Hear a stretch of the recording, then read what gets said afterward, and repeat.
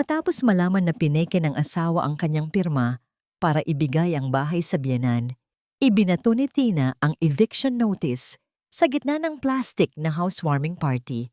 Walang awa niyang pinalayas ang mga traidor para bawiin ang kanyang dangal at ari-arian. Kaya ng isang babaeng nag-iisa na mapabagsak ang buong sakim na pamilya sa harap ng batas. Hawak na niya. Sa wakas, pagkatapos ng napakatagal na panahon, hawak na ni Celestina Tina Reyes ang susi. Ang malamig na metal nito sa kanyang palad ay tila kabaligtaran ng nag-aalab na init sa kanyang dibdib. Hindi ito ordinaryong susi. Ito ang pisikal na katuparan ng kanyang mga pangarap, isang testamento sa kanyang pagod, sa kanyang mga puyat, at sa bawat sentimong inipon niya sa loob ng halos isang dekada. Naramdaman niya ang paghaplos ng mga daliri ng asawa niyang si Ricardo Ricky De Leon sa kanyang likod. "Happy, my love?" Malambing na bulong nito sa kanyang tainga. Hindi siya makasagot. Isang tango lamang ang naisukli niya. Takot na kapag bumuka ang kanyang bibig, ay isang malakas na hikbi ang kakawala mula rito. Dahan-dahan niyang ipinasok ang susi sa seradura. Ang tunog ng pagpihit nito ay musika sa kanyang pandinig.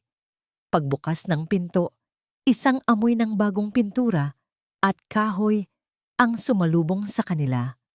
Pumasok sila sa isang malawak at walang lamang espasyo, kung saan ang tanging palamuti ay ang ginintuang sinag ng araw na tumatagos mula sa malalaking salaming bintana. Mula roon, tanaw ang mga nagtataasang gusali ng Bonifacio Global City. "Welcome home, Mrs. De Leon," sabi ni Ricky. Ang ngiti nito ay kasing liwanag ng araw sa labas. At doon, hindi na napigilan ni Tina ang mga luha. Sunod-sunod itong pumatak sa pisngi niya, mga luha ng purong kaligayahan. Ito na iyon, ang kanilang tahanan. Bago pa man siya makahakbang papasok, bigla siyang binuhat ni Ricky na parang isang bagong kasal. Napasigaw si Tina sa gulat at tuwa. "Ricky, ibaba mo ako, nakakahiya." "Walang dapat ikahiya. This is our home. At tradisyon na dapat buhatin ng reyna papasok sa kanyang palasyo," sagot ni Ricky, at dinala siya sa gitna ng sala bago maingat na ibinaba. Niyakap niya ito ng mahigpit. "Thank you, Ricky. Thank you for supporting me all the way." "Silly! Tayong dalawa ang nangangarap nito. Of course, I will support you," sagot ng lalaki, at hinalikan siya sa noo. Ang mga sumunod na araw ay puno ng sigla. Magkasama nilang pinlano ang lahat. Pinili nila ang kulay abo na pintura para sa sala, ang kulay ng dagat para sa kanilang silid, at isang malaking L-shaped na sofa kung saan maaari silang manood ng mga pelikula hanggang hating gabi. Bawat piraso ng muebles, bawat palamuti, ay dumaan sa kanilang masusing pagpili. Ito ang kanilang pugad, at dapat ay perpekto ito. Isang Sabado ng hapon, habang abala si Tina sa pag-aayos ng mga bagong bili nilang unan sa sofa, tumunog ang intercom. "Sino kaya yon?" tanong ni Ricky mula sa kusina. "Hindi ko alam. Wala naman tayong inaasahang bisita," sagot ni Tina. Lumapit siya at sinagot ang tawag. Isang pamilyar na boses ang narinig niya. "Anak, nandito kami sa lobby." Si Lourdes De Leon, ang kanyang biyenan. Agad na may kumurot sa dibdib ni Tina. Isang pakiramdam na pilit niyang iwinaksi. "Sige po, Mama. Papasukin ko na po kayo." Ilang sandali pa, bumukas ang pinto at pumasok si Lourdes, kasama ang anak nitong si Brenda, at ang tahimik na asawang si Antonio. "Wow! Ang laki pala talaga," bungad ni Brenda. Ang mga matay mabilis na inilibot sa buong unit. Tila tinatantiya ang halaga ng bawat sulok. "Magandang hapon po, Mama, Papa, Brenda." Bati ni Tina. Sinubukang maging magiliw hanggat maaari. Humalik siya sa pisngi ng kanyang biyenan. Hindi ngumiti si Lourdes. Sa halip, Ang mga mata nito ay sinuri ang kabuuan ng lugar. Gray? Bakit gray ang pinili ninyo? Parang ang lungkot tingnan. Komento nito habang hinihimas ang pader. Napalunok si Tina. Ito po kasi ang napagkasunduan namin ni Ricky, Mama. Modern minimalist po ang gusto naming theme. Modern? Nako, mas maganda pa rin ang off-white o beige. Mas maliwanag tingnan. Pero sige, bahay nyo naman yan. Sabi ni Lourdes, kahit na ang tono nito ay nagsasabing iba ang kanyang iniisip. Nagpatuloy sila sa paglilibot. Pumasok sila sa guest room. Dito ang magiging kwarto mo, Brenda, kapag gusto mong magstay over, sabi ni Lourdes. Nagkatinginan si Tina at Ricky. Hindi nila yon napag-usapan. Mama, guest room po sana yan o kaya magiging home office ko po, mahinang sabi ni Tina. Tinaas ni Lourdes ang isang kilay. Home office? May opisina ka na sa trabaho mo. Itong kwarto, mas mapapakinabangan kung may matutulugan ng pamilya. Di ba, Ricky? Napakamot sa ulo si Ricky. Opo, Mama.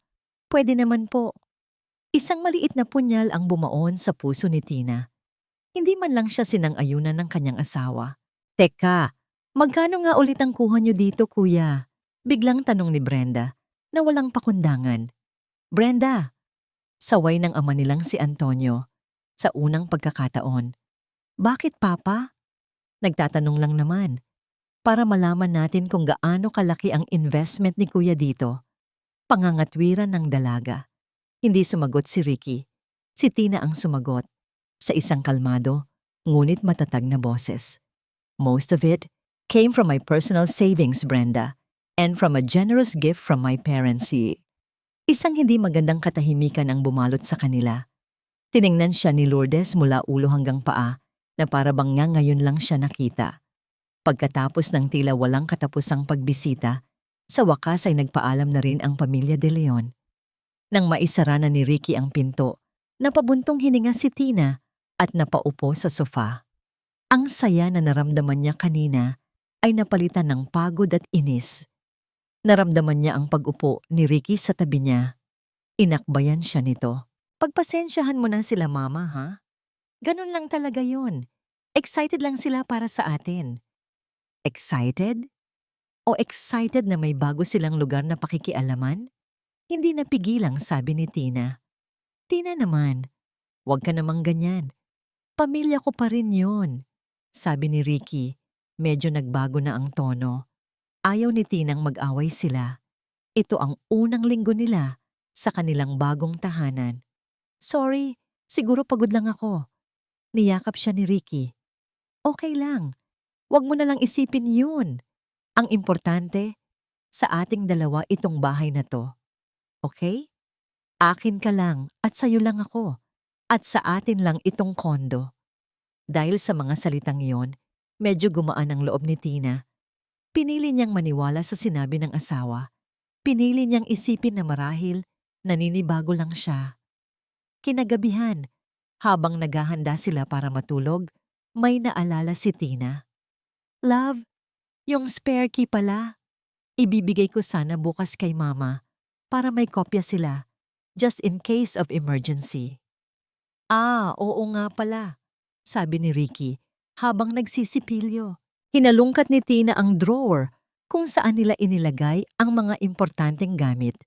Nandoon ang orihinal na susi na gamit nila araw-araw, pero wala ang isa pa. Love, hindi ko makita. Saan mo nilagay? Lumabas si Ricky mula sa banyo. Ha? Akala ko na itabi mo na. Hindi. Iniwan ko lang dito sa ibabaw ng lamesa sa kusina nung isang araw. Sigurado ako. Giit ni Tina habang binubuksan ang bawat drawer sa kusina. Wala. Tiningnan niya si Ricky.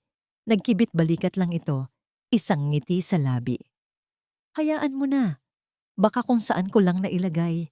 Baka naiwan ko sa kotse o nahulog sa bag ko. Lalabas din yan. May kung anong hindi mapakali sa kalooban ni Tina, pero pilit niya itong isinantabi. Siguro nga tama si Ricky. Siguro nga masyado lang siyang nag-iisip. Humiga siya sa kanilang bagong kama, ipinikit ang mga mata, at sinubukang ibalik ang saya na naramdaman niya kaninang umaga. Pero sa likod ng kanyang isip, may isang tanong na paulit-ulit na umalingaw-ngaw. Nasaan ang isang susi? Lumipas ang ilang araw na payapa. Sinubukan ni Tina na alisin sa kanyang isipan ang insidente ng nawawalang susi at ang mga komento ng kanyang biyenan.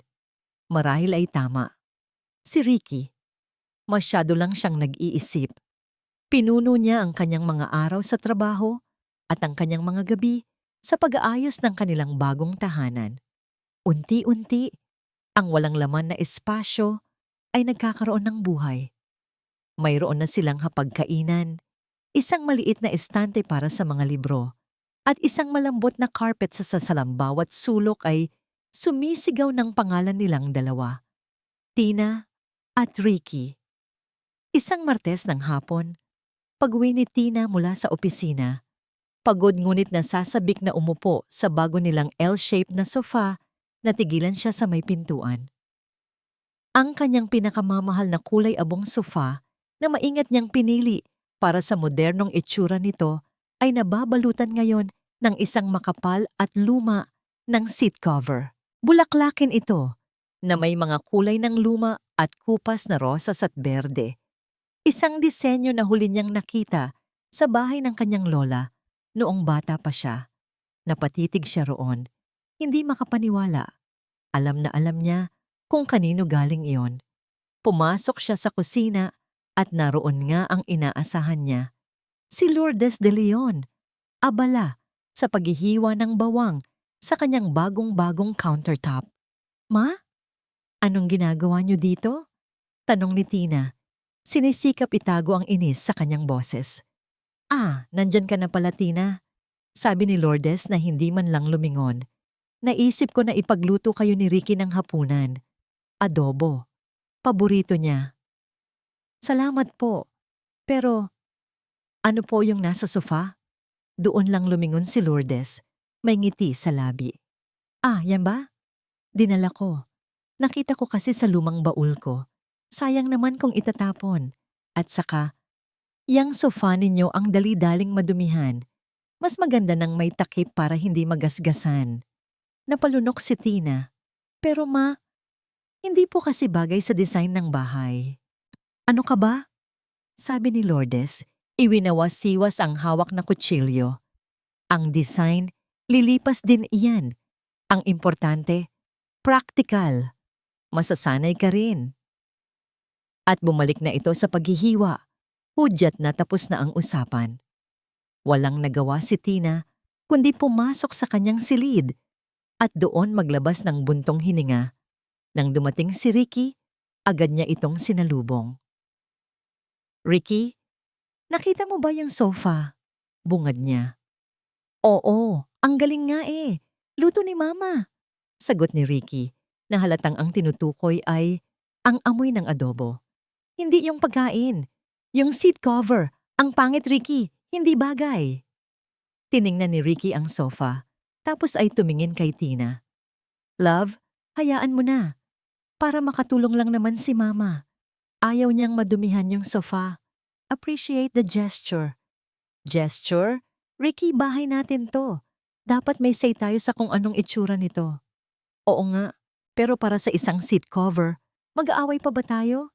Emosyonal ka na naman masyado, sabi ni Ricky. At iniwan siyang nakatayo doon habang dumiretso ito sa kusina para yakapin ang kanyang ina. Naramdaman ni Tina na parang gusto niyang maiyak sa pagkabigo. Ang masama pa, hindi iyon ang huling beses. Tuwing Biyernes ng hapon, ginagawang meeting place ni Brenda ang sala nila. Darating ito kasama ang 3 o 4 na maiingay na kaibigan, mag-order sila ng pagkain at iiwan ang mga kahon ng pizza at mga baso sa center table. Ang kanilang modern minimalist na sala ay nagiging parang isang student lounge. Brenda, pwede bang sa susunod magpaalam ka muna? Pakiusap minsan ni Tina. Bakit, Ate Tina? Sabi ni Kuya okay lang daw. Wala naman daw kayong ginagawa dito pag Biyernes. Sagot ni Brenda na parang wala lang. Muli, kinausap niya si Ricky. At muli, parehong sagot ang nakuha niya. Hayaan mo na, Tina. Minsan lang naman. At para hindi na siya kung saan-saan gumagala. Nagsimulang mag-iwan ng mga gamit ang mag-ina. Isang pares ng tsinelas ni Lourdes sa may pintuan. Isang set ng mga makeup ni Brenda sa banyo ng guest room. Isang lumang pitsel na paborito ni Lourdes sa loob ng bago nilang refrigerator. Pakiramdam ni Tina, unti-unti siyang nawawalan ng espasyo. Ang mga pader ng kanyang pangarap na tahanan ay tila lumiliit. Sinisikip siya. Isang gabi, habang nagluluto si Tina ng sarili niyang hapunan dahil may lakad si Ricky kasama ang mga kaibigan nito, biglang pumasok si Lourdes sa kusina. Nagbukas ito ng mga cabinet na parang sariling bahay. "Nasaan na ba yung kawali dito?" tanong nito. "Maano pong lulutuin niyo?" "Sinigang. Dadating mamaya si Brenda. Gutom yun. Itong induction stove ninyo, ang hirap gamitin. Puro pindot. Mas maganda pa rin yung DP Heat. Ang mga gamit ngayon, moderno nga. Pero hindi naman praktikal." Mahabang reklamo ni Lourdes. Hindi na lang umimik si Tina. Ipinagpatuloy niya ang pagluluto sa kabilang burner. Likod sa likod sila ng kanyang biyenan. Ang katahimikan sa pagitan nila ay puno ng tensyon. Pakiramdam niya ay isa siyang bisita na nakikigamit lang ng kusina sa sarili niyang pamamahay. Sa paglipas ng mga linggo, ang pakiramdam ng inis at pagkalito ni Tina ay unti-unting naging isang mabigat na bato sa kanyang dibdib. Bakit hindi siya maintindihan ni Ricky? Bakit parang balewala lang dito na ang kanilang privateness ay nagiging extension na ng bahay ng pamilya De Leon? Isang gabi, habang nakahiga at naghihintay kay Ricky na umuwi mula sa overtime, napagdesisyonan niyang buksan ang guest room. Naisip niyang baka pwedeng doon na niya simulan ang pag-set up ng kanyang maliit na home office. Isang lugar na para lang talaga sa kanya. Binuksan niya ang ilaw at nilibot ng tingin ang kwarto. Nandoon pa rin ang kama, malinis. Lumapit siya sa aparador. Naisip niyang baka pwedeng alisin na ang mga lumang unan sa loob para magkaroon ng espasyo para sa kanyang mga dokumento. Hinawakan niya ang hawakan ng pinto ng aparador at marahan itong binuksan. Natigilan siya. Ang puso niya ay tila tumigil sa pagtibok. Sa loob, hindi mga unan o kumot ang nakasabit. Isang buong hanay ng mga damit, mga bestida, blusa, pantalon, ang maayos na nakasabit sa mga hanger. Sa ilalim may mga sapatos na nakahanay, mga damit at sapatos na kilalang-kilala niya, mga damit at sapatos ni Brenda. Hindi ito isang simpleng pag-iwan ng gamit. Ito ay isang deklarasyon. Sila na ang mga bagong may-ari. At siya, si Celestina Reyes, ay isa na lamang dayuhan sa sarili niyang tahanan. Hindi isinara ni Tina ang aparador.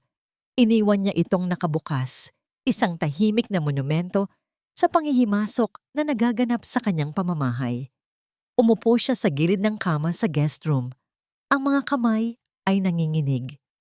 Bawat damit ni Brenda na nakasabit doon ay parang isang insulto. Bawat pares ng sapatos ay isang sampal sa kanyang pagkatao. Ilang minuto siyang nakatulala roon bago niya narinig ang pagbukas ng pinto ng kanilang unit. Si Ricky, hindi siya kumilos. Hinintay niya itong makapasok sa kanilang silid, magbihis, at sa huli ay hanapin siya. "Tina? Love? Nandito ka lang pala," sabi ni Ricky nang silipin siya sa guest room. "Akala ko tulog ka na. Bakit bukas?" Natigilan ito nang makita ang laman ng aparador. Katahimikan. Isang mabigat at hindi komportableng katahimikan. Anong ginagawa ng mga damit ni Brenda dito?" Tanong ni Ricky, halatang nagulat din. Dahan-dahang tumayo si Tina. Ang mga mata ay nakapako sa kanyang asawa. Ang boses niya ay malamig at walang emosyon. "Iyan din ang tanong ko sa iyo, Ricky. Anong ginagawa ng mga damit ng kapatid mo sa pamamahay ko?" Sinadya niyang gamitin ang salitang ko. "Hindi natin. Hindi ko alam. Promise. Mabilis na sagot ni Ricky. Baka iniwan niya lang. Alam mo naman yon. Iniwan. Ricky, isang buong wardrobe niyan. Planado to. Kailan pa naging extension ng bahay niyo sa Quezon City ang condo unit ko sa BGC? Huwag ka namang ganyan, Tina. Bahay natin to. Pagtatama ni Ricky, lumalambot na ang boses. Sige na, kakausapin ko si Brenda bukas. Aalisin natin yan. Ngunit para kay Tina, hindi na sapat ang mga pangako. Hindi, Ricky. Hindi bukas. Ngayon natin to pag-uusapan.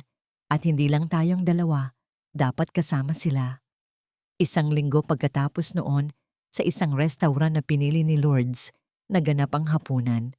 Isinuggest ni Ricky na mas mabuting mag-usap sa labas para kalmado ang lahat.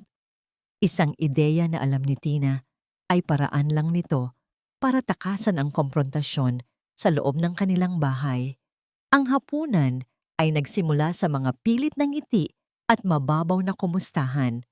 Si Lourdes ang nangunguna sa usapan, ipinagmamalaki ang bagong negosyo ng isang kamag-anak. Habang si Antonio ay tahimik na kumakain. Si Brenda naman ay panay ang kalikot sa kanyang cellphone, may isang mapanuyang ngiti sa labi. Si Tina ay halos hindi makakain. Bawat subo ay tila buhangin sa kanyang bibig. So, simula ni Lourdes sa kalagitnaan ng kanilang pagkain habang pinupunasan ang bibig ng table napkin. Napag-isipan ko, para maging mas praktikal ang lahat, kailangan nating ayusin ang paggamit sa kondo ninyo. Napatingin si Tina kay Ricky na nakatingin lang sa kanyang plato. Ito na. Ang guest room, pagpapatuloy ni Lourdes, ay natural na para kay Brenda. Malapit sa BGC, ang mga kliyente niya para sa kanyang online selling. Mas madali para sa kanya kung doon na siya madalas matutulog.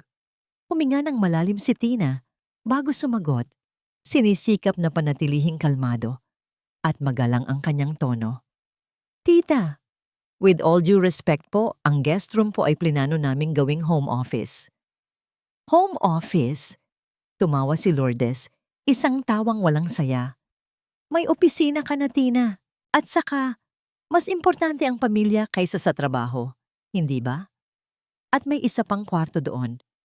Pwede naming tulugan ni Antonio kung gusto naming bumisita ng mas matagal. Mama, sa wakas ay nagsalita si Ricky, pero ang boses nito ay halos pabulong. Pag-uusapan pa sana namin ni Tina yan. Ano pa ang pag-uusapan? Mataray na tanong ni Lourdes, ang mga mata ay nanlilisik na ngayon kay Tina.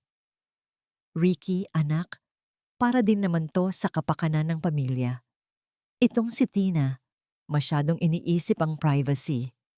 Con-in-law, hayaan mong ipaintindi ko sa'yo. Sabi nito, lumapit ng bahagya sa mesa. Ang bahay ng anak ko ay bahay ng buong pamilya de Leon. Ang mga salitang yon ay tumama kay Tina na parang sampal. Ang lahat ng hangin ay tila nawala sa kanyang mga baga. Tiningnan niya si Ricky, nagmamakaawa ang kanyang mga mata na sana naman ay ipagtanggol siya nito. Ngunit si Ricky ay nakayuko lang, pinaglalaruan ang mga butil ng kanin sa kanyang plato gamit ang tinidor. Hindi ito makatingin sa kanya. Doon, sa gitna ng isang maingay na restaurant, naramdaman ni Tina ang lubos na pag-iisa. Para lalong idiin ang kanyang punto, may kinuha si Lourdes mula sa kanyang mamahaling handbag. Isang maliit na kumpol ng mga bagong-bagong susi. Kumikislap ang mga ito sa ilalim ng ilaw ng restaurant. Para hindi na kayo naabala, sabi ni Lourdes, ang nangiti ay abot hanggang tenga. Kinuha niya ang isang susi mula sa kumpol at iniabot ito kay Brenda, na masayang-masaya namang tinanggap iyon. Ayan, Brenda, para makapasok ka kahit anong oras mo gusto. Hindi na napigilan ni Tina ang sarili. Tumayo siya. Hindi po ako makapapayag. Lahat sila ay napatingin sa kanya. Gulat. Excuse me, sabi ni Tina. Ang boses ay nanginginig sa pinaghalong galit at pagkabigo. Kinuha niya ang kanyang bag at walang lingon-likod na Naglakad palabas ng restaurant. Narinig niya ang pagtawag ni Ricky sa kanyang pangalan, pero hindi siya huminto. Ang biyahe pa uwi ay puno ng nakabibinging katahimikan. Hindi sila nag-imikan hanggang sa makapasok sila sa elevator ng kanilang condominium. Pagdating sa kanilang unit, pagkasara ng pinto, hindi na nakapagtimpi si Tina. "Paano mo nagawa sa akin yun, Ricky?" Sigaw niya, ang mga luha ay nagsisimula ng mamuo sa kanyang mga mata. "Paano mo hinayaan na bastusin ako ng nanay mo sa harap ng maraming tao?" "Tina, kumalma ka nga," sabi ni Ricky. Iniit siya ang susi ng kotse sa mesa. "Kumalma? Minamaliit nila ako sa sarili kong pamamahay. Binibigyan nila ng susi ang kapatid mo na parang wala akong karapatan. At ikaw? Nakaupo ka lang doon.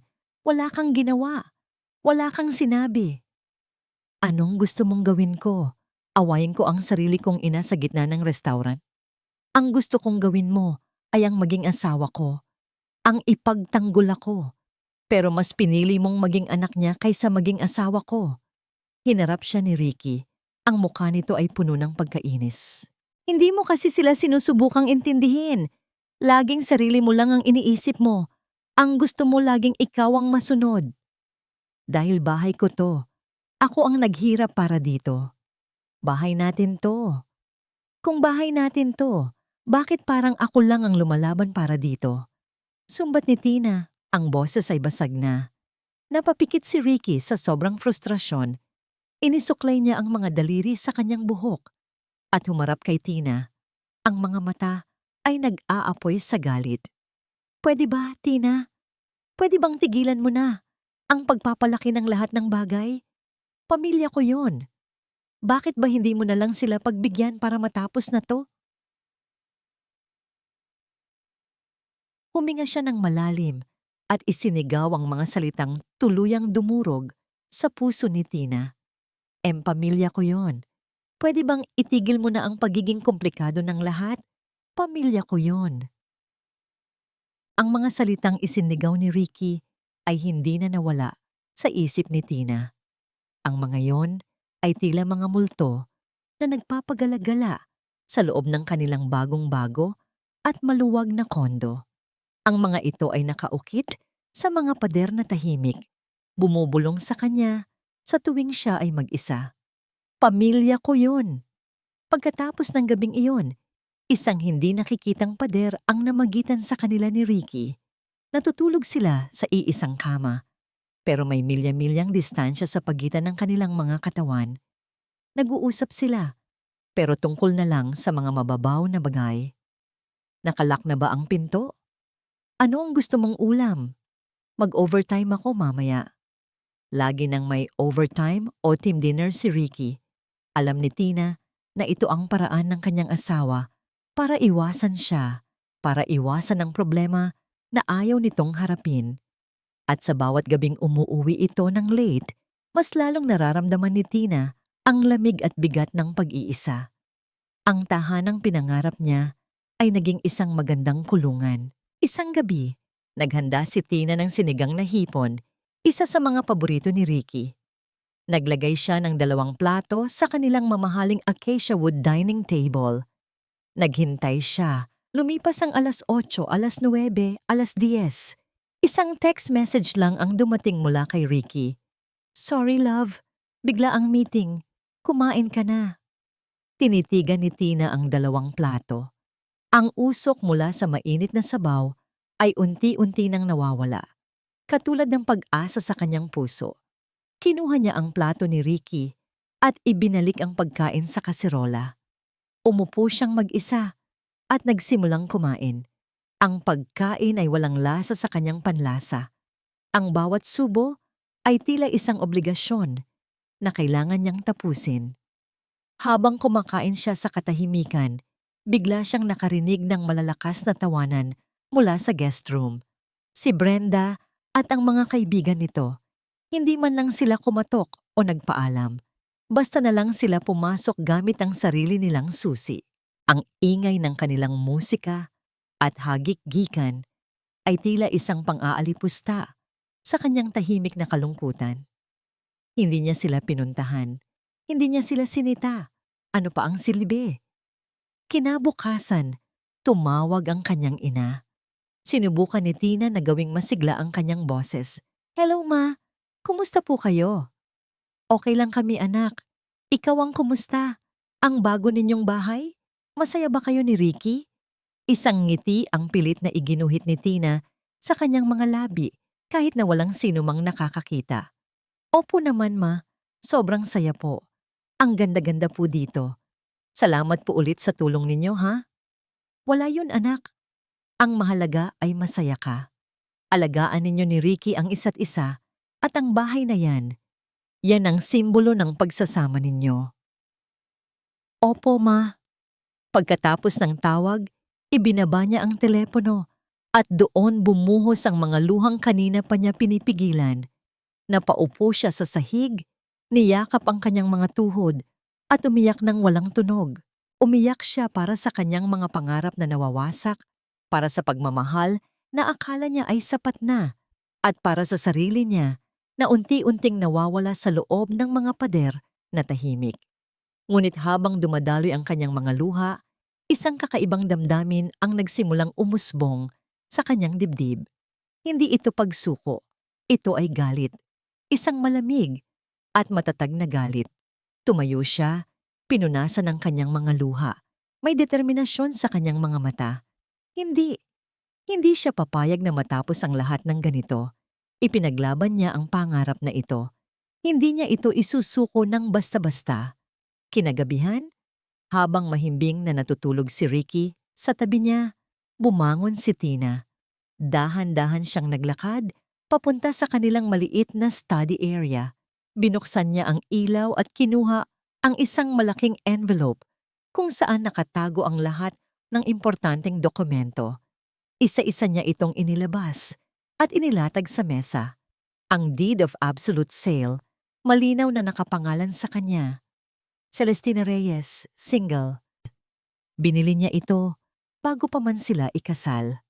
Ang deed of donation mula sa kanyang mga magulang, isang formal na dokumento na nagsasabing ang perang ipinang down payment ay regalo sa kanya at hindi sa kanilang dalawa ni Ricky. Ang mga bank statement niya sa loob ng 5 taon, nagpapakita ng sistematikong pag-iipon at ng malaking halaga na inilabas niya para bayaran ang buong equity ng unit. Ang mga resibo ng bawat muebles, bawat appliance, bawat galon ng pintura, halos lahat ay binayaran mula sa kanyang sariling credit card o bank account. Habang tinititigan niya ang mga papel, ang mga ito ay hindi na lang basta mga dokumento. Ang mga ito ay kanyang mga sandata. Ang mga ito ang katotohanan. Ang mga ito ang kanyang kapangyarihan. Kumuha siya ng isang bagong-bagong folder, kulay pula. Maingat niyang inilagay ang lahat ng papeles sa loob. Isinara niya ito at hinawakan ng mahigpit. Pakiramdam niya, hawak niya ang kanyang sariling kaligtasan. Bumalik siya sa silid, itinago ang folder sa ilalim ng kanyang mga damit sa aparador. Tiningnan niya ang natutulog na si Ricky. Ang lalaking minahal niya ng buong buo. Ang lalaking pinagkatiwalaan niya ng kanyang mga pangarap. Ngayon, isa na itong estranghero. Humiga siya, ngunit hindi para matulog. Kinuha niya ang kanyang cellphone. In-unlock ito at hinanap ang numero na ibinigay sa kanya ng kanyang kaibigan sa opisina noong 1 linggo pa. Isang numero ng isang law firm na dalubhasa sa family and property law. Nag-aalangan pa siya noong una. Ngayon, wala nang pagdududa. Tumingin siya sa orasan. 1:15 ng madaling araw. Hindi siya pwedeng tumawag. Ngunit nakita niya ang email address sa ilalim ng pangalan ng abogado. Binuksan niya ang kanyang email.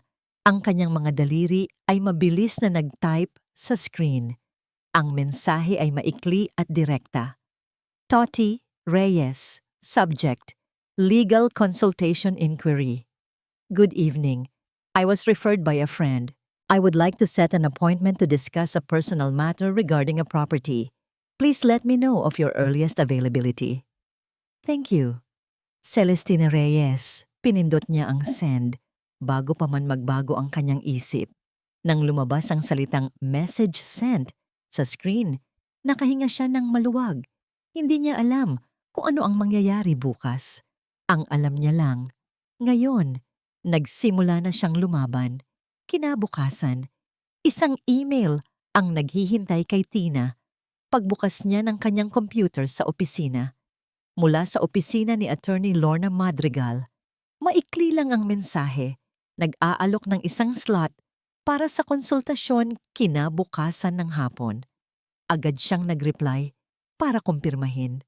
Sa buong maghapon, pakiramdam ni Tina ay may daladala siyang isang malaking sikreto. Nagtatrabaho siya, nakikipag-usap sa mga kasamahan at ngumingiti. Pero sa loob-loob niya, ang tanging iniisip niya ay ang pulong kinabukasan. Bago umuwi, maingat niyang inilipat ang pulang folder mula sa kanyang aparador, papasok sa kanyang leather tote bag. Ito ay mabigat. Hindi lang dahil sa mga papel sa loob, kundi dahil sa bigat ng desisyon na kaakibat nito. Ang opisina ni Attorney Madrigal ay nasa isang gusali sa Makati. Maliit ito, ngunit malinis at propesyonal. Ang babaeng sumalubong kay Tina ay nasa mga huling bahagi ng kanyang 40. May matalas na mga mata, ngunit isang ngiting nakapagpapakalma. Good afternoon. You must be Celestina Reyes. I'm Attorney Lorna Madrigal. Please have a seat. Sabi nito, iginagabay si Tina sa isang upuan sa harap ng kanyang mesa na gawa sa mahogany. Naupo si Tina. Ang mga kamay ay mahigpit na nakahawak sa kanyang bag. Attorney Madrigal, salamat po sa oras ninyo. Call me Lorna, sabi ng abogada. So tell me, what seems to be the problem? Huminga ng malalim si Tina at nagsimulang magkwento. Ikinuwento niya ang lahat, mula sa pangarap nilang mag-asawa, sa pagbili niya ng kondo, sa unti-unting panghihimasok ng kanyang mga biyenan, hanggang sa insidente sa hapunan at ang pagbibigay ng susi. Habang nagsasalita siya, naramdaman niya ang pangingilid ng kanyang mga luha, ngunit pinigilan niya ito. Kailangan niyang maging matatag. Si Attorney Madrigal ay tahimik lang na nakinig, paminsan-minsan ay tumatango. Ang mga mata ay hindi umaalis sa kanya. Nang matapos si Tina, isang tanong lang ang binitiwan ng abogada. May mga dokumento ka bang dala na susuporta sa sinasabi mo? Doon, inilabas ni Tina ang pulang folder. Inilatag niya ang mga dokumento sa ibabaw ng mesa. Isa-isang tiningnan ni Attorney Madrigal ang bawat papel.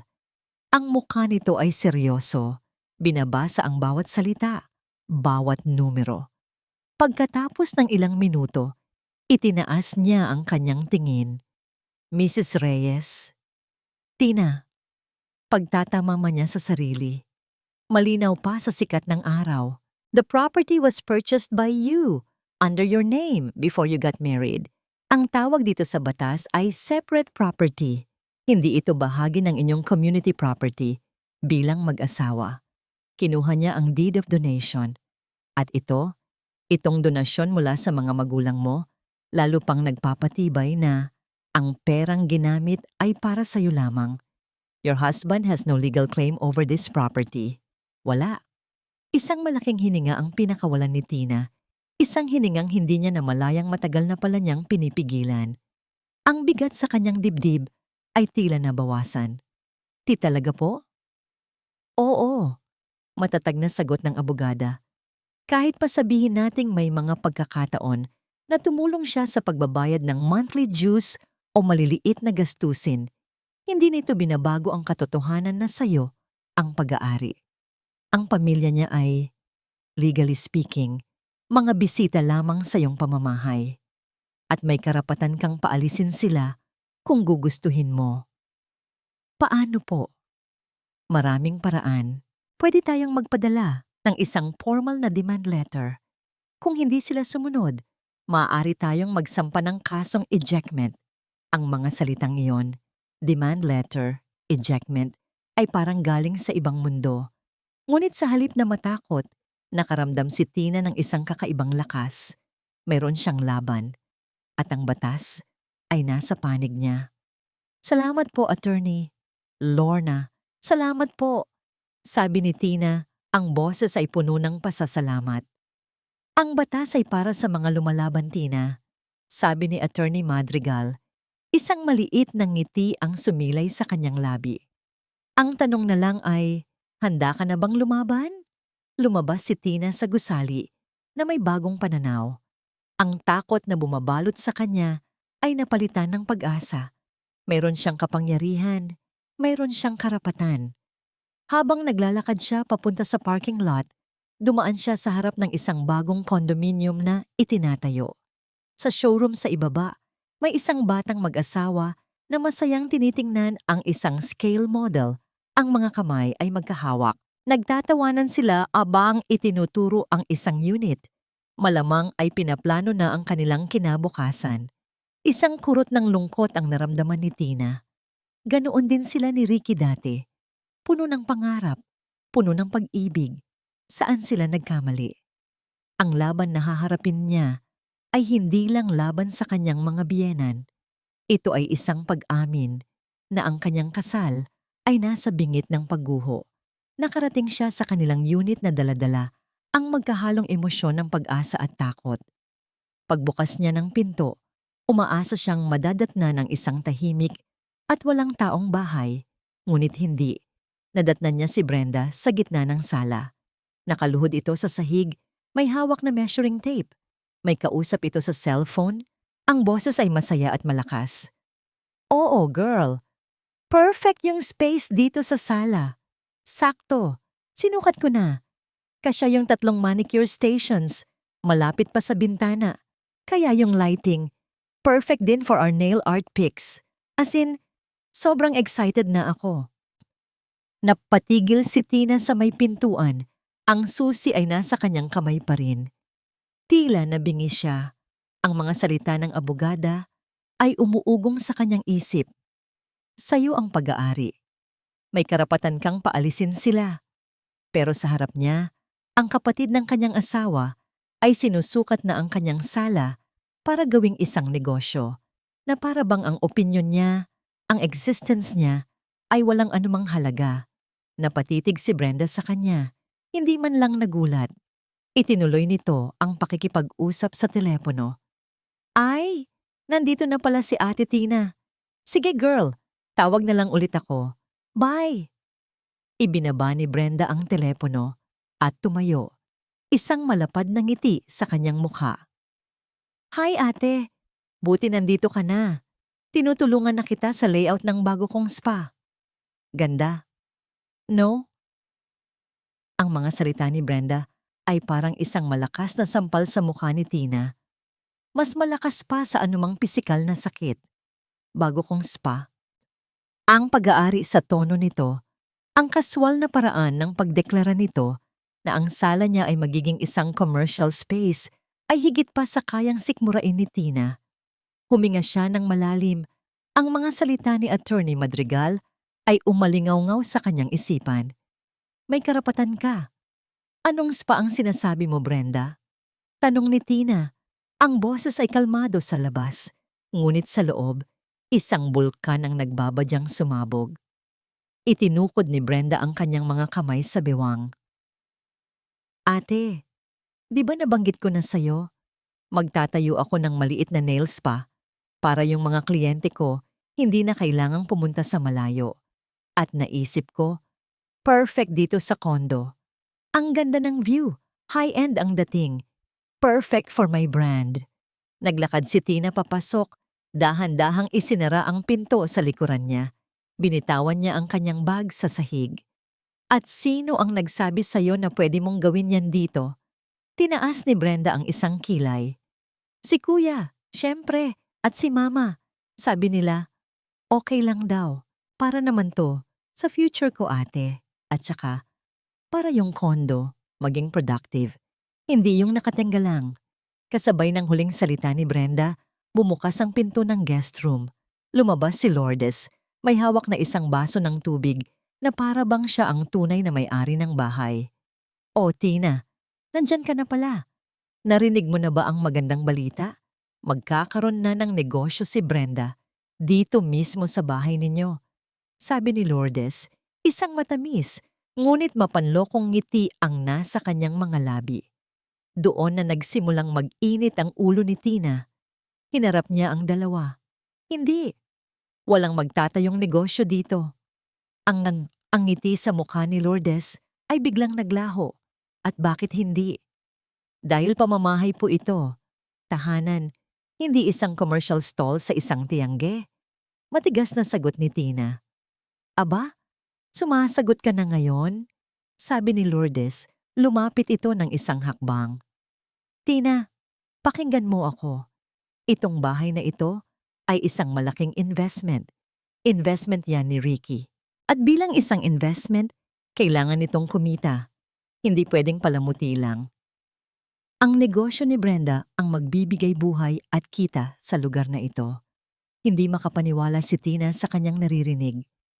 Ang kanyang pangarap na pugad, ang kanyang santuwaryo, ay tinitingnan lamang ng mga ito bilang isang asset na kailangang pagsamantalahan. Ang galit sa loob niya ay umabot na sa sukdulan. Investment ni Ricky? Sigaw niya. Ang boses ay umalingaw-ngaw sa buong unit. Napatigil ang mag-ina sa gulat. Saan banda ito naging investment niya? Hindi hamak na mas malaki ang naging ambag ko dito.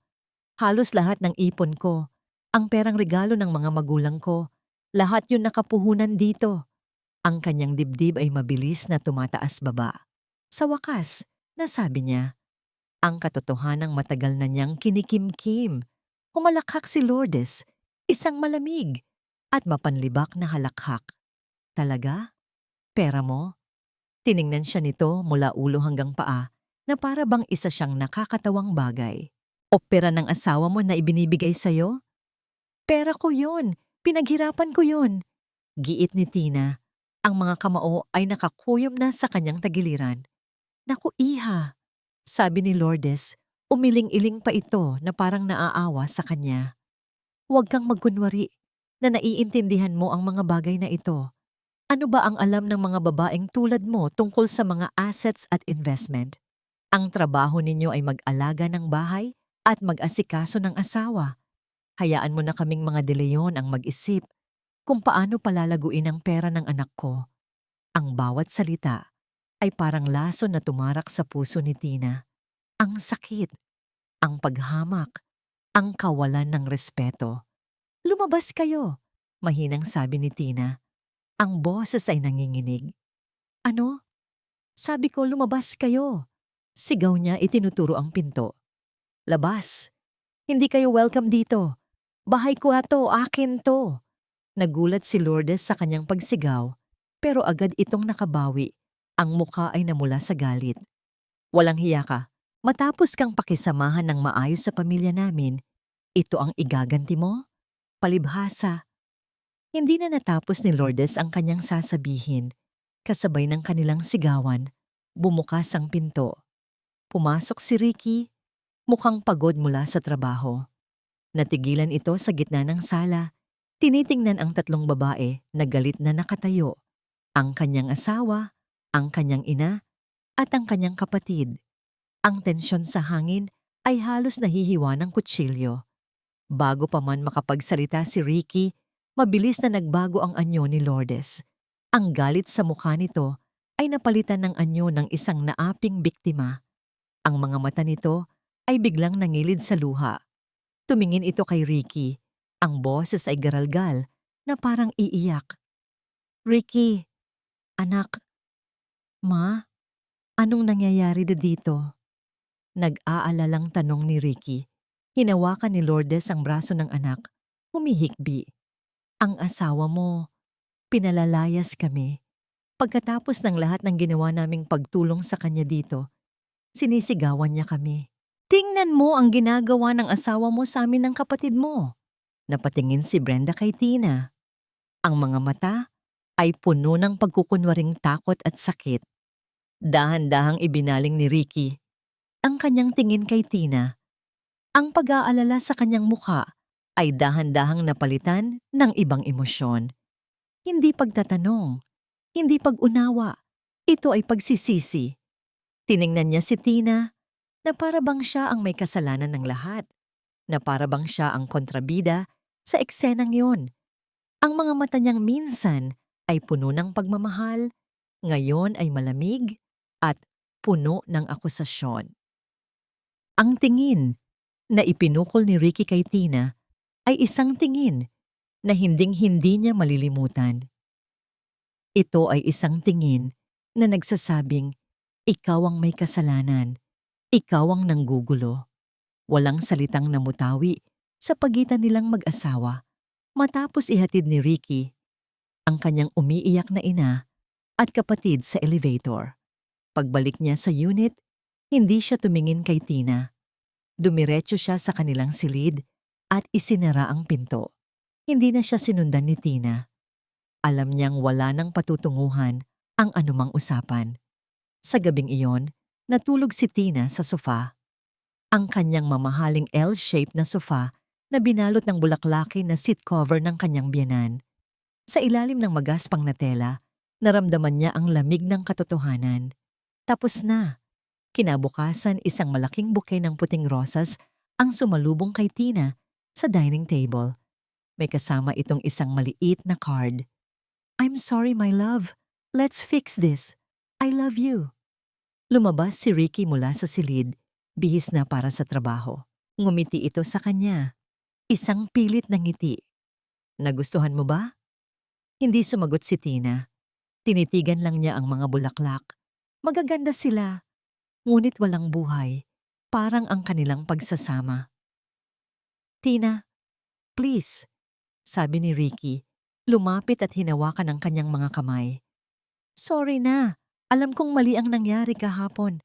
Masyado lang nadala ng emosyon ng lahat. Kakausapin ko si Mama at si Brenda. Pangako, aayusin ko ito. Tumingin si Tina sa mga mata ng kanyang asawa. Dati, nakikita niya roon ang kanyang mundo. Ngayon, wala na siyang makitang anuman, kundi isang malalim at madilim na kawalan.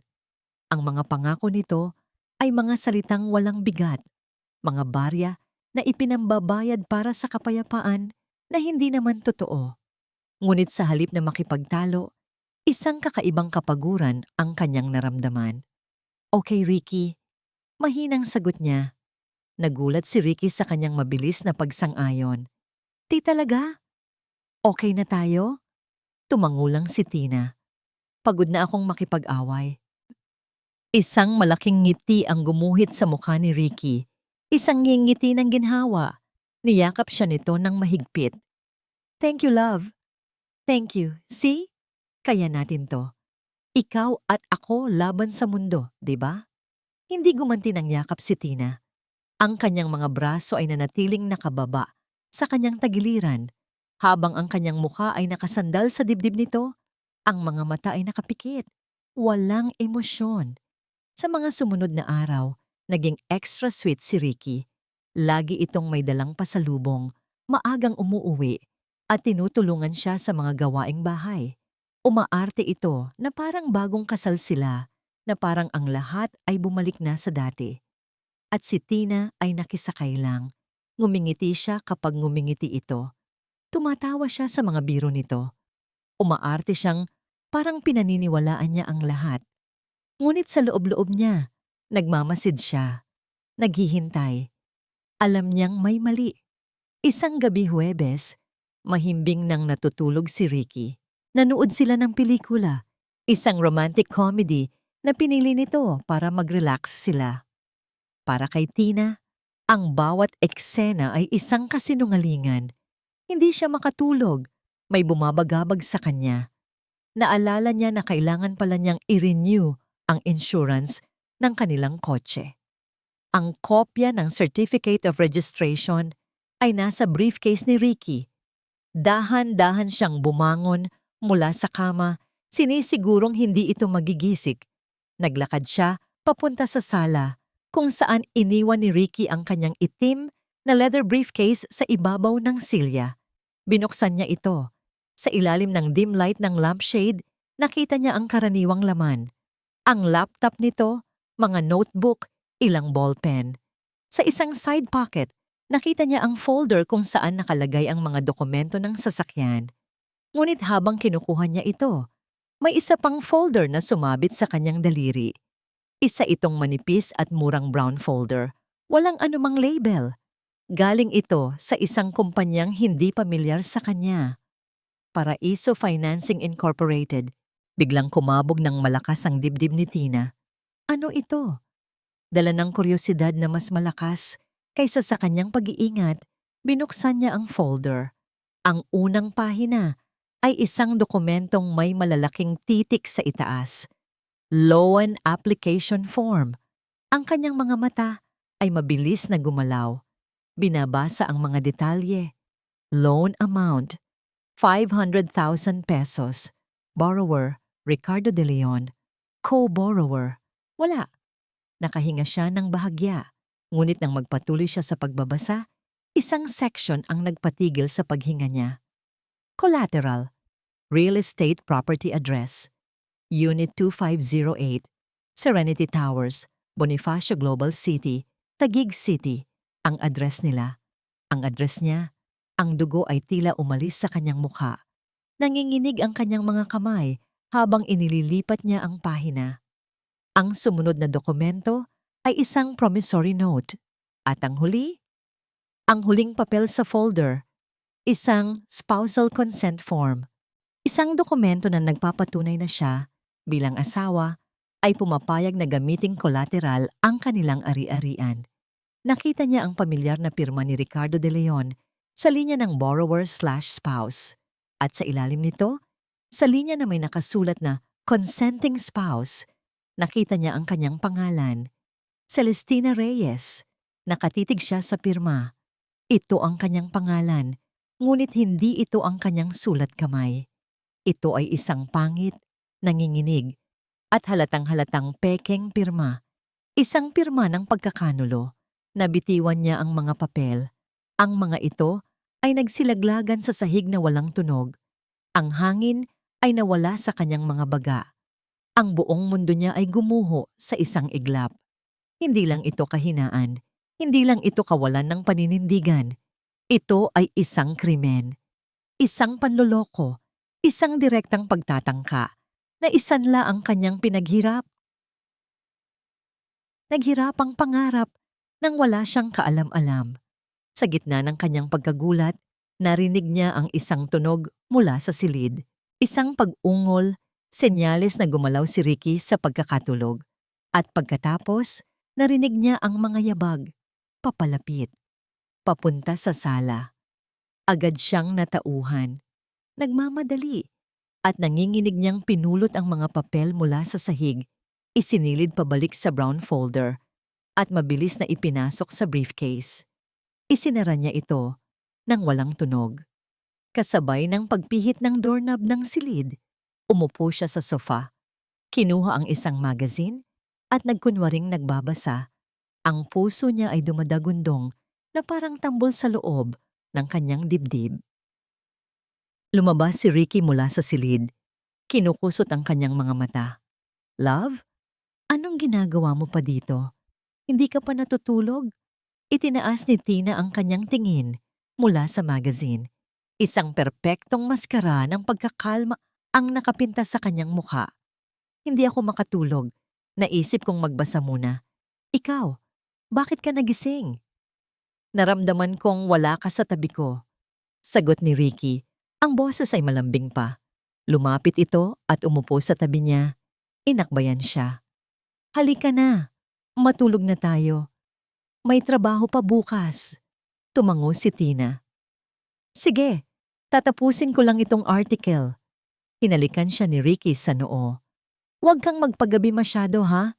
Good night, my love. Good night, sagot ni Tina. Hindi tumitingin sa kanya. Narinig niya ang pagbalik nito sa silid at ang pagsara ng pinto. Nakatitig lang siya sa isang pahina ng magazine, ngunit hindi niya nakikita ang mga salita. Ang tanging nakikita niya ay ang imahe ng pekeng pirma. Ang imahe ng pagkakanulo ng lalaking natutulog sa kabilang kwarto. Hindi siya umiyak. Tapos na ang panahon ng pag-iyak. Ang naramdaman niya ay isang bagay na mas malalim at mas mapanganib. Isang malamig na galit, isang kalmadong determinasyon, ang pag-ibig na minsan ay nag-uumapaw sa kanyang puso para kay Ricky ay natuyo na. Nag-iwan ng isang malawak at basag na lupa ng katotohanan. Ngayon, alam na niya ang kanyang gagawin. Kinabukasan, sa oras ng kanyang pananghalian, hindi siya pumunta sa pantry. Nagkulong siya sa isang bakanteng meeting room. Inilabas niya ang kanyang cellphone at mabilis na kinuhanan ng litrato ang bawat pahina ng mga dokumento sa loob ng brown folder na maingat niyang kinuha ulit mula sa briefcase ni Ricky kaninang umaga bago ito umalis. Ang bawat kuha ay malinaw. Ang bawat detalye ay kitang-kita. Pagkatapos, ipinadala niya ang lahat ng mga larawan sa email address ni attorney Lorna Madrigal na may simpleng subject, urgent, additional evidence. Ilang minuto lang, tumawag ang abogada. Tina, I received your email. Sabi ni Attorney Madrigal, ang boses ay seryoso. This is worse than I thought. This isn't just a case of trespassing anymore. This is falsification of documents. Isang seryosong krimen ito. Alam ko po, sagot ni Tina. Ang boses ay matatag. Ano ang gusto mong gawin? Huminga ng malalim si Tina. Gusto ko pong ihanda ang lahat. Demand letter, ejectment case, lahat ng kailangan para maprotektahan ang pag-aari ko. At gusto ko rin pong malaman ang mga option ko para sa annulment. Isang sandaling katahimikan sa kabilang linya. Are you sure? Opo, attorney. Sigurado na po ako.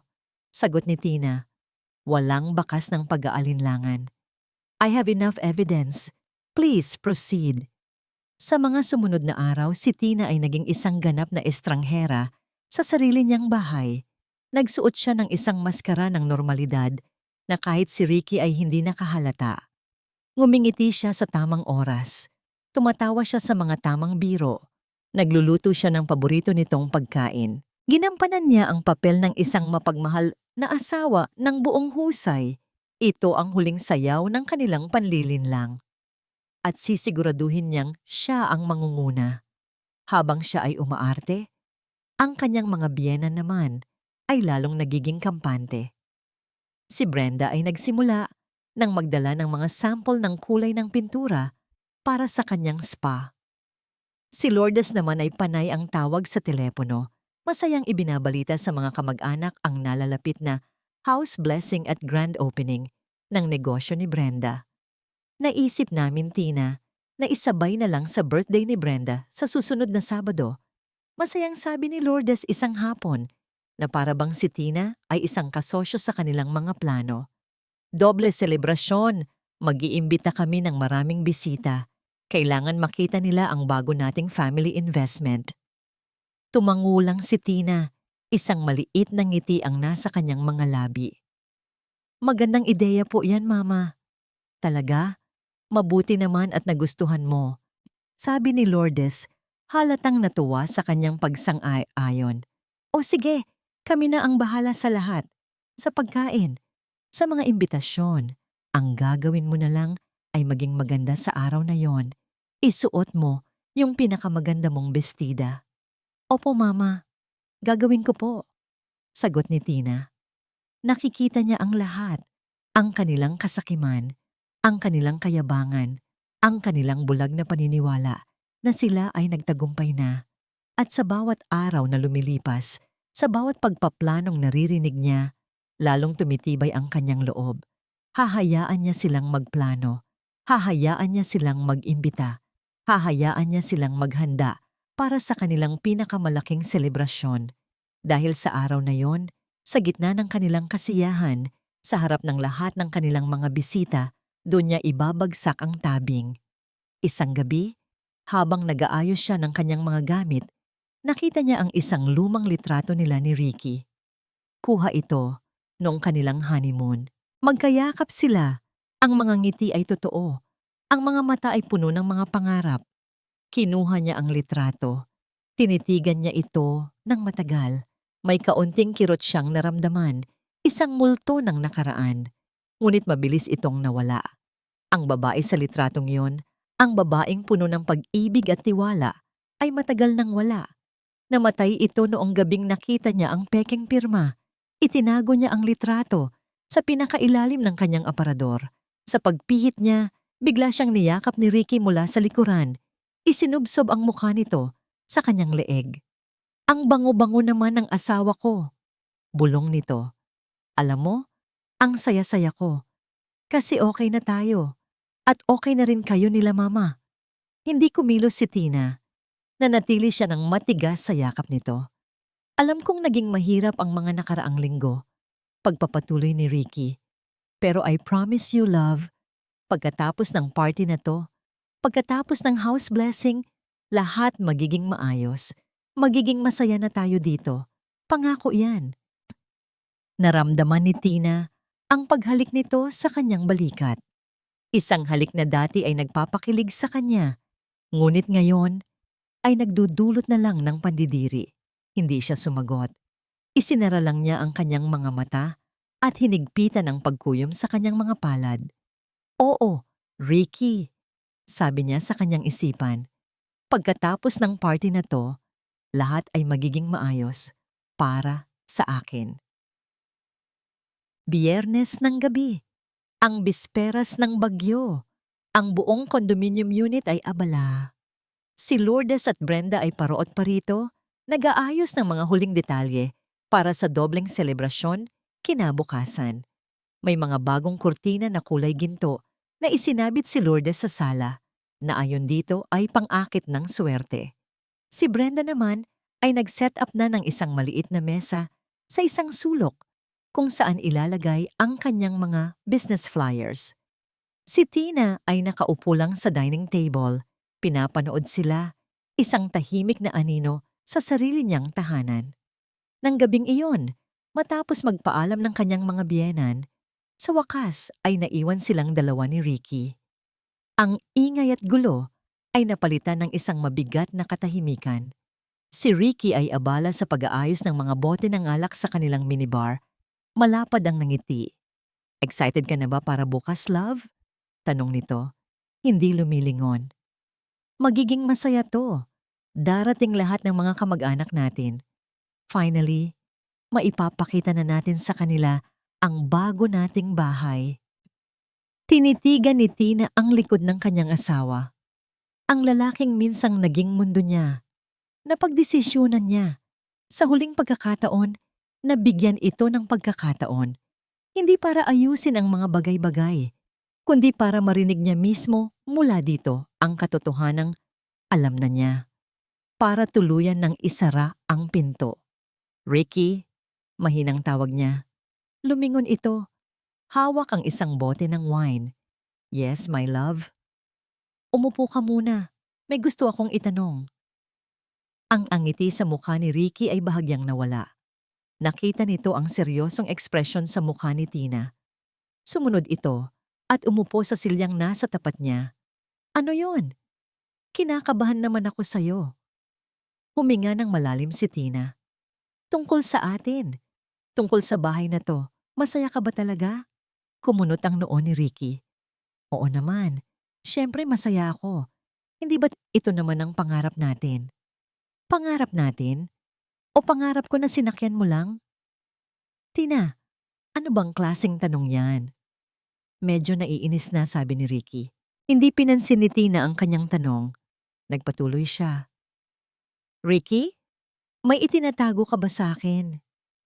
Ang mga mata ni Tina ay nakatitig ng diretso sa mga mata ni Ricky, hindi kumukurap. Hinahanap niya ang kahit katiting na senyales ng pagsisisi ng katotohanan. Pero ang nakita niya ay pag-iwas. Nag-iwas ng tingin si Ricky, tumingin sa bote ng alak na hawak niya. Itinatago? Wala.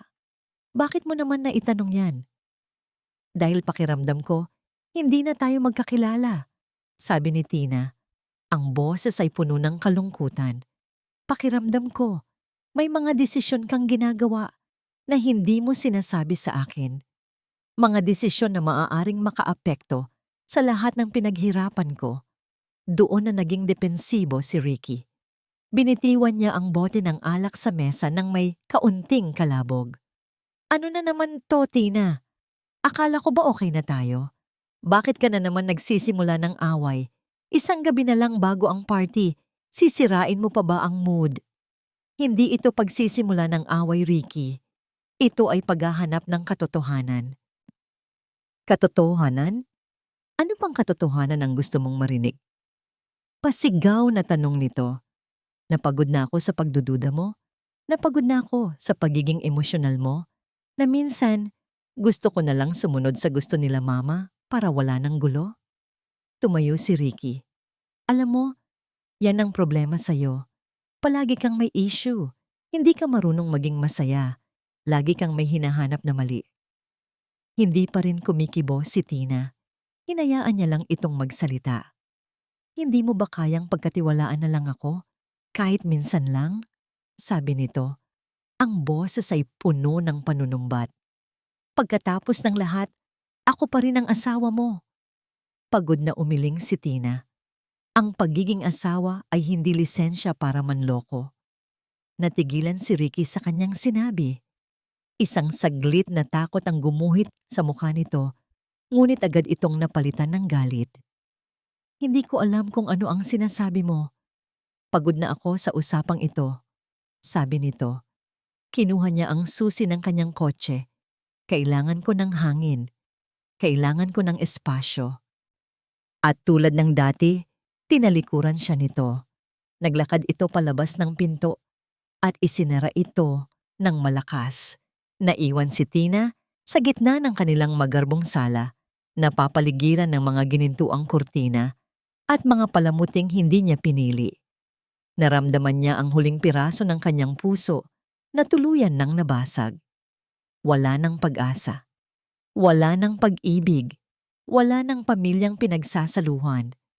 Nawala na ang lahat. Ang luhang kanina pa niya pinipigilan ay tuluyan ng bumagsak.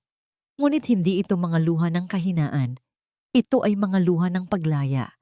Ito ang huling patak ng luha na ibibigay niya para sa lalaking iyon, para sa pangarap na yon. Habang nakaupo siya sa dilim, nag-vibrate ang kanyang cellphone sa ibabaw ng mesa. Kinuha niya ito. Isang text message mula kay Attorney Lorna Madrigal. Tina, all set for tomorrow. The sheriff will be on standby. See you at 7 p.m. sharp. Be strong. Pinunasan ni Tina ang kanyang mga luha. Itinago niya ang kanyang cellphone. Tumayo siya. At sa unang pagkakataon, sa loob ng mahabang panahon, naramdaman niya ang isang matibay na lupa sa ilalim ng kanyang mga paa. Bukas ang araw ng pagtutuos. Sabado, 6:30 ng gabi. Ang condominium unit ni Tina ay puno ng tao, ingay at isang peke at nag-uumapaw na kasiyahan. Ang hangin ay amoy ng mamahaling pabango at ng iba't ibang pagkain mula sa catering service na kinuha ni Lourdes. Mayroong malakas na tugtugan, mga tawanan, at mga baso ng alak na nag-uumpugan. Ito ang piging ng katotohanan.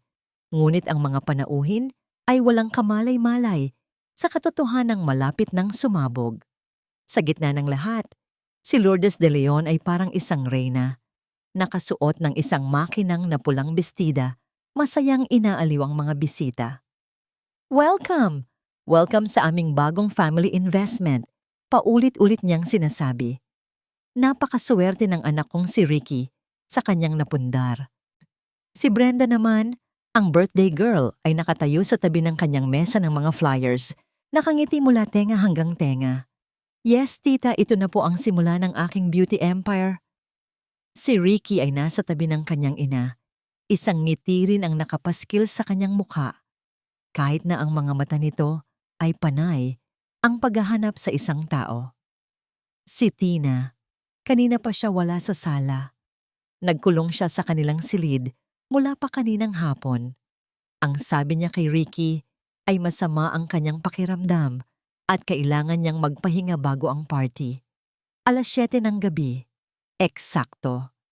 Sa kasagsagan ng kasiyahan, Habang naghahanda si Lourdes na kunin ang mikropono para sa kanyang welcome speech, biglang bumukas ang pinto ng master's bedroom.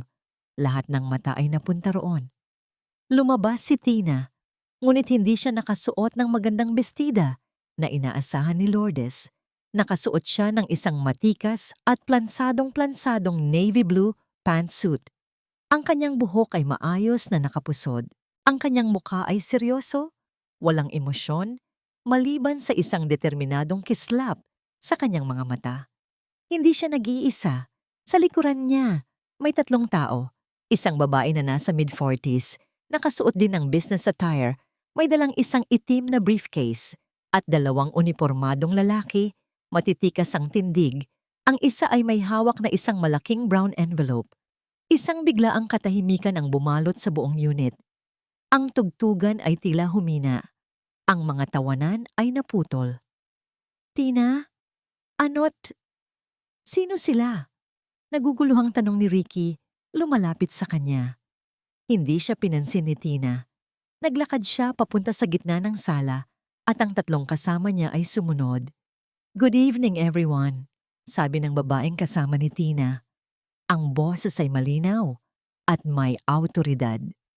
My name is Attorney Lorna Madrigal. I am the legal counsel of my client, Mrs. Celestina Reyes de Leon. Isang bulungan ang kumalat sa mga bisita. Anong kalokohan to, Tina? Sigaw ni Lourdes. Ang muka ay namumula na sa pagkapahiya. Bakit ka nagdala ng abogado sa sarili nating party? Doon sa unang pagkakataon, nagsalita si Tina. Ang kanyang boses ay hindi pa sigaw, ngunit ito ay matatag at malamig na parang yelo. Sapat na para marinig ng lahat. Hindi natin ito party, Lourdes, sabi niya. Tinawag ang biyanan sa pangalan nito sa unang pagkakataon. Party ninyo ito, isang party na ginanap sa pamamahay na hindi sa inyo. Walang hiya ka. Ang walang hiya dito, pagpapatuloy ni Tina. Ang tingin ay lumipat kay Ricky, na ngayon ay namumutla na. Ay ang asawa kong kasabwat ng kanyang pamilya para lokohin ako. Ang walang hiya dito ay ang mga taong pilit na inaangkin ng isang bagay na pinaghirapan at binayaran ko mula sa sarili kong dugo at pawis. That's enough, sabi ni Attorney Madrigal. Itinaas ang isang kamay. Lumapit siya kay Lourdes. Mrs. De Leon, I believe this is yours. Ibinuksan niya ang kanyang briefcase at inilabas ang isang pamilyar na dokumento. Ang loan application form mula sa Paraiso Financing Incorporated. Peke ang pirma ng kliyente ko dito, sabi ng abogada. This is a clear case of falsification of private documents, isang krimen na may parusang pagkakakulong.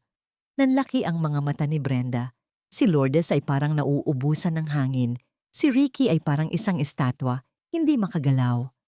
At dahil sa patuloy ninyong panghihimasok at pagtangging umalis sa property na ito, sa kabila ng paulit-ulit na pakiusap ng tunay na may-ari, pagpapatuloy ng abogada, wala na kaming ibang pagpipilian.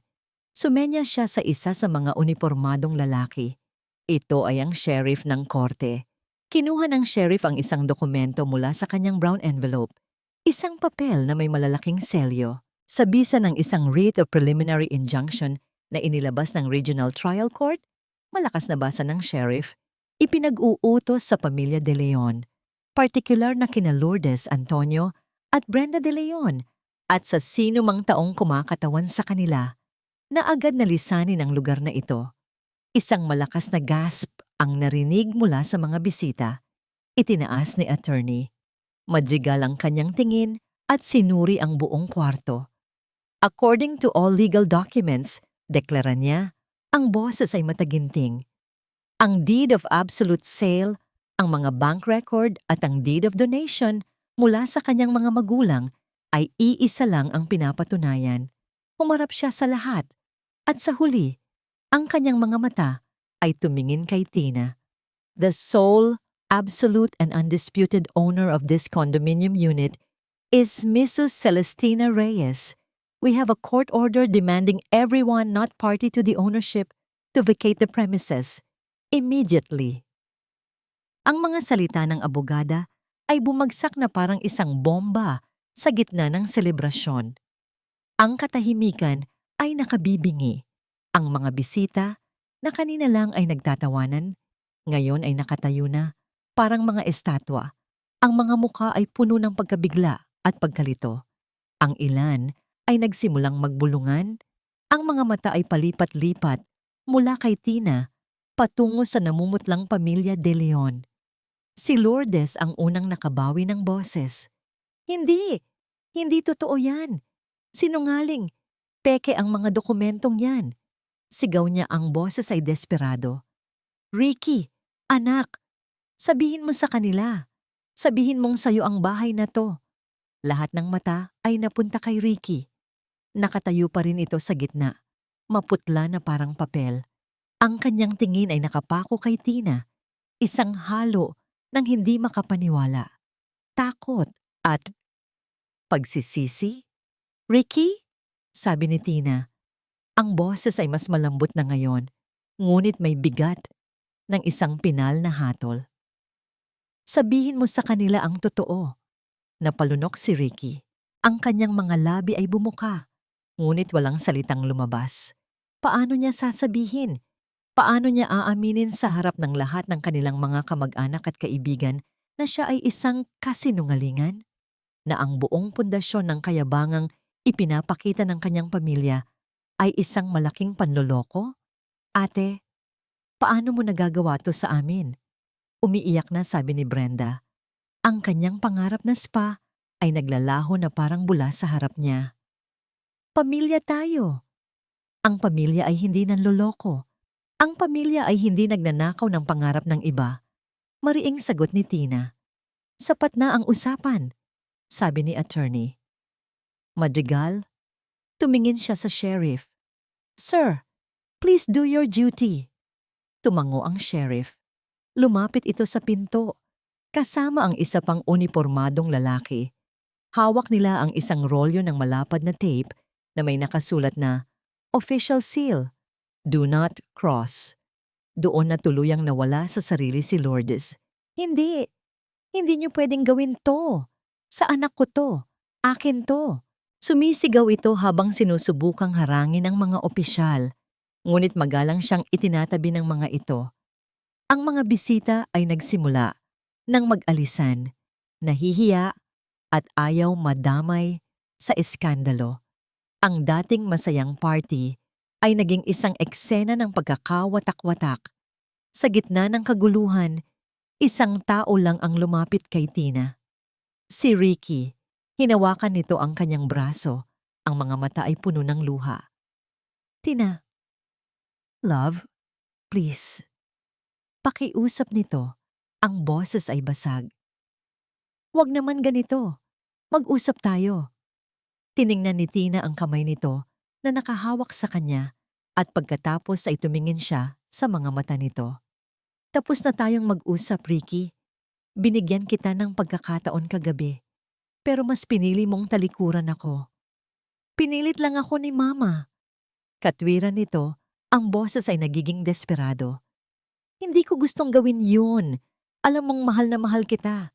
Tina, please. Sorry na. Patawarin mo na ako. Lumuhod ito. Sa harap ng iilang natitirang bisita, sa harap ng kanyang nananahimik na ama at umiiyak na kapatid, lumuhod si Ricardo De Leon sa paanan ng kanyang asawa. Please, Tina, bigyan mo ako ng isa pang pagkakataon. Aayusin ko to. I promise. Huwag mo lang akong iwan. Isang parte sa puso ni Tina ang kumirot. Ang lalaking minahal niya, ang lalaking pinakasalan niya ay nakaluhod ngayon sa harap niya, wasak at talunan. Ngunit ang kirot ay mabilis na napalitan ng isang malinaw na katotohanan. Ang pag-ibig ay hindi sapat. Ang pag-ibig na walang respeto, walang paninindigan at walang katapatan ay hindi tunay na pag-ibig. Ito ay isang hawla. Dahan-dahan, marahan, at may pinal na desisyon, inalis ni Tina ang kamay ni Ricky sa kanyang braso. Ang pag-ibig ay hindi ganyan, Ricky, sabi niya. Ang boses ay mahinahon, ngunit walang pag-aalinlangan. Tapos na tayo. Tumayo siya ng tuwid. Sa likuran niya, narinig niya ang tunog ng pagdikit ng ceiling tape. Sa hamba ng pinto, ang tunog ng pagsasara ng isang kabanata.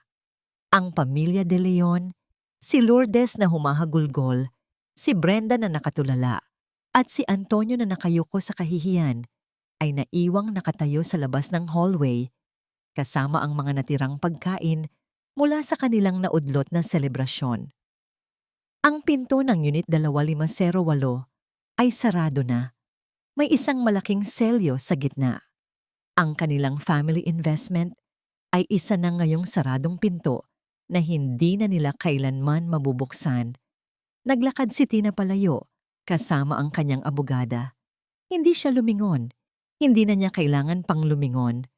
Habang naglalakad sila papunta sa elevator, nag-vibrate ang kanyang cellphone. Isang mensahe mula kay Ricky. "Please give me one last chance." Tinitigan niya ang mensahe. Ang huling pakiusap mula sa isang buhay na gusto na niyang iwanan. At pagkatapos, nang walang pag-aalinlangan, pinindot niya ang delete. Pumasok siya sa elevator. Habang nagsasara ang mga pinto, ang huling nakita niya ay ang malungkot na hallway. Isang simbolo ng kanyang nakaraan. At pagkatapos, nagsimula na siyang bumaba, palayo, patungo sa kanyang bagong simula. Lumipas ang ilang linggo, ang ingay ng eskandalo ay unti-unting humupa, napalitan ng isang panibagong katahimikan sa buhay ni Tina. Isang maaliwalas na hapon ng Martes, natagpuan ni Tina ang sarili sa loob ng malamig at tahimik na opisina ni Attorney Lorna Madrigal.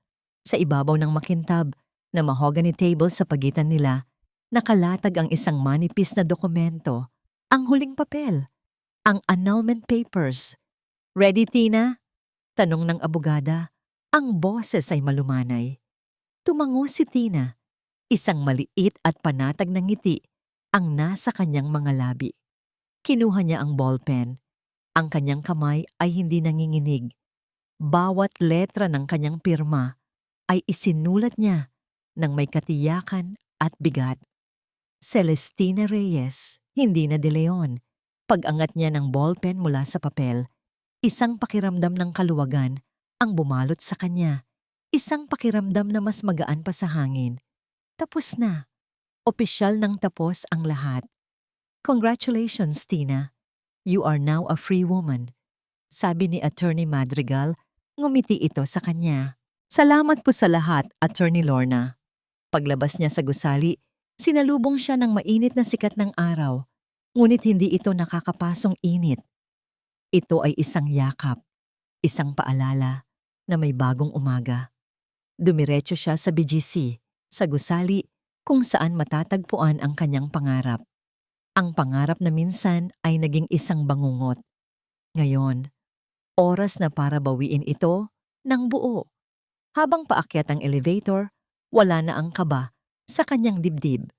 Pagtapat sa Unit 2508, kinuha niya ang kanyang susi. Ang parehong susi na minsan ay simbolo ng kaligayahan. Isinuksok niya ito sa seradura at pinihit. Bumukas ang pinto. Ang unit ay walang laman at tahimik. Wala na ang mga ginintuang kurtina, ang mga muebles na hindi niya pinili, ang mga bakas ng ibang tao. Ang tanging naroon ay ang mga piraso ng muebles na siya mismo ang bumili. Ang kanyang L-shaped na sofa, ang kanyang acacia dining table, ang kanyang bookshelf, at ang sikat ng araw na malayang pumapasok mula sa malalaking bintana. Nililinis ang bawat sulok. Isinara niya ang pinto sa likuran niya. Dahan-dahan siyang naglakad papasok. Inilibot niya ang kanyang tingin. Wala na ang pakiramdam ng pagkakasakal, ng pagiging isang dayuhan. Ang nararamdaman niya na lang ay kapayapaan. Naglakad siya papunta sa guest room. Ang kwartong minsan ay naging pugad ni Brenda. Binuksan niya ang aparador. Wala nang mga damit, wala nang mga sapatos. Ang tanging amoy na naroon ay ang amoy ng malinis na kahoy. Ngumiti siya at isinara ito. Pumunta siya sa sala at doon nakita niya ang huling bakas ng pamilya De Leon. ang bulaklakin at makalumang seat cover na ipinatong ni Lourdes sa kanyang modernong sofa. Lumapit siya rito. Hinawakan niya ang magaspang na tela.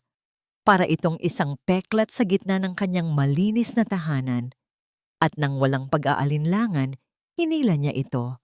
Hinubad niya ito mula sa sofa na parang isang lumang balat na kailangan ng tanggalin. Sa ilalim, lumitaw ang malinis at eleganteng kulay abo na tela ng kanyang sofa.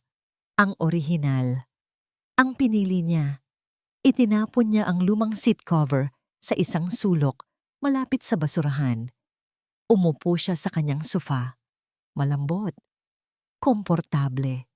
Sa wakas, pakiramdam niya ay tunay na siyang nakaupo sa sarili niyang upuan. Kinuha niya ang kanyang cellphone. May isang mensahe pa rin doon na hindi niya binubura ngunit hindi rin niya binabasa. Ang huling pakiusap ni Ricky, tinitigan niya ang pangalan nito sa screen. Ricardo De Leon, ang lalaking minsan niyang minahal, nang higit pa sa kanyang sarili.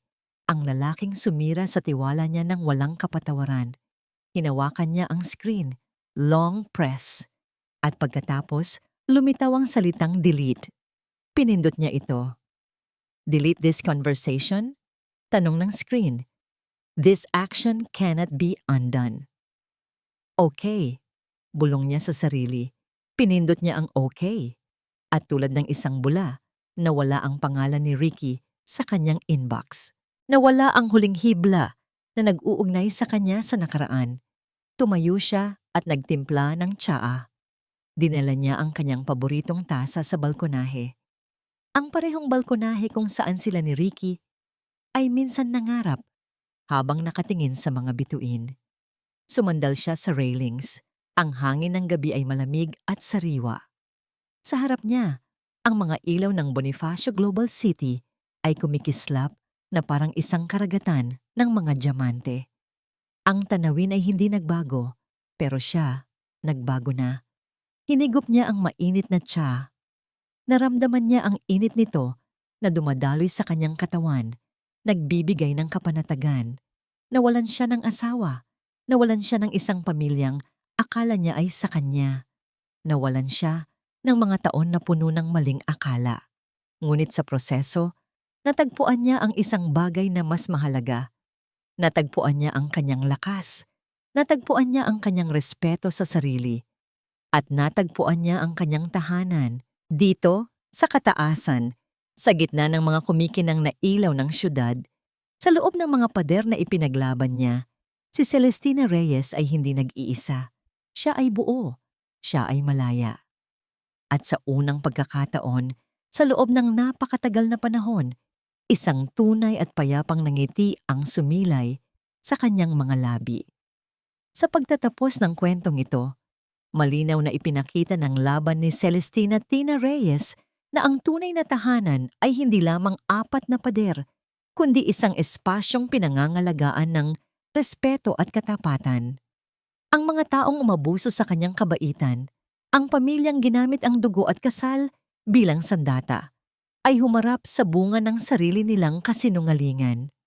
Samantala, si Tina, na piniling manindigan at gumamit ng batas, ay muling nabawi hindi lang ang kanyang ari-arian, kundi ang kanyang dignidad at kalayaan. Dito natin nakita na ang kabutihan, kapag sinamahan ng tapang, ay may gantimpala. At ang kasamaan, gaano man katalino ang pagkakubli, ay may wakas. Ngayon, gusto naming marinig ang inyong saloobin. Kung kayo ang nasa sitwasyon ni Tina, pipiliin niyo bang manahimik para sa pamilya? O lalaban para sa sarili niyong karapatan? May naranasan ba kayo na nagturo sa inyo kung gaano kahalaga ang malinaw na hangganan sa relasyon? Kumusta kayo ngayon? May pinagdaraanan ba kayong mabigat? O may maliit na tagumpay na nais ibahagi? Nandito kami, nakikinig at nagmamalasakit. Salamat sa patuloy ninyong pagtitiwala at pagsama sa aming mga kwento.